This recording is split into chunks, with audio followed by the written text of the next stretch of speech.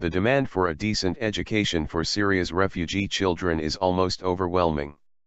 In the camp Jazeera's Bernard Smith visited, the only classroom is packed and the heat is suffocating.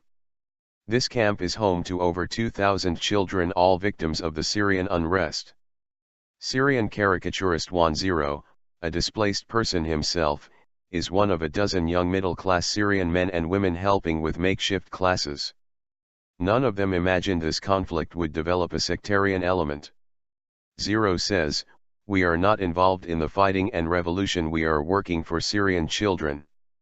We are trying to lay the foundations for the children's future. What we are doing now are simple projects in an emergency situation. But we hope to leave these children with a different mindset than those of past generations." The United Nations warns that 4 million young people are affected by the fighting. 1 in 5 schools no longer function, they are either destroyed, sheltering people fleeing violence, or harboring fighters. 1 in every 3 hospitals can no longer provide services.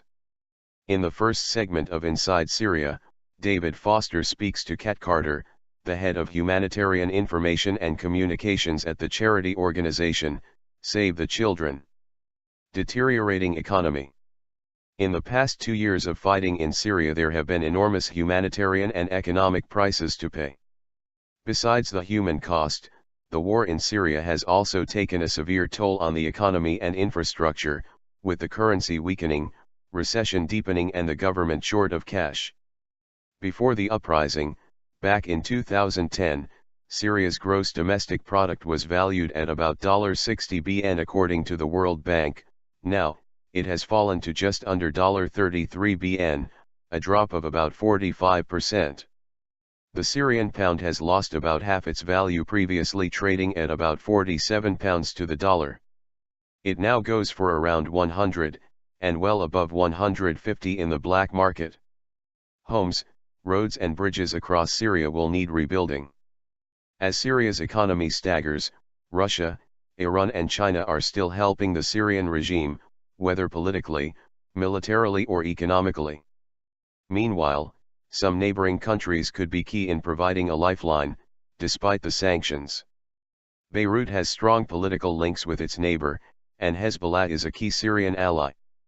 Syria's and Lebanon's economies are closely linked too. Syria is Lebanon's only overland trade route and several Lebanese banks are operating there. Lebanon abstained from November 2011's Arab League vote to impose economic sanctions against Syria. Then there is Iraq, Syria's second biggest trading partner. Baghdad also abstained in the Arab League vote. Official figures show that trade between the two countries reached nearly $3 billion in 2011. There is almost 250,000 Iraqis living and working in Syria. And finally, there is Iran, which is Syria's closest ally in the region, and potentially its strongest economic lifeline. Tehran has billions of dollars of investments in Syria, ranging from energy and construction to automobiles and cement.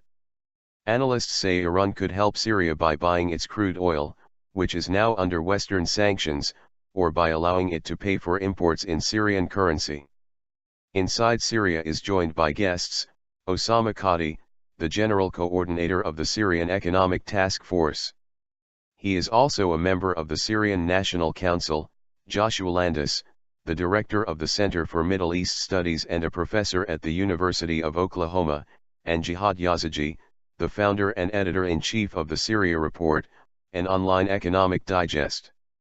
The liberated areas and the revolutionary forces have not unified.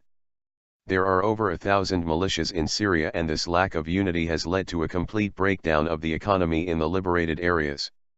Joshua Landis, Center for Middle East Studies.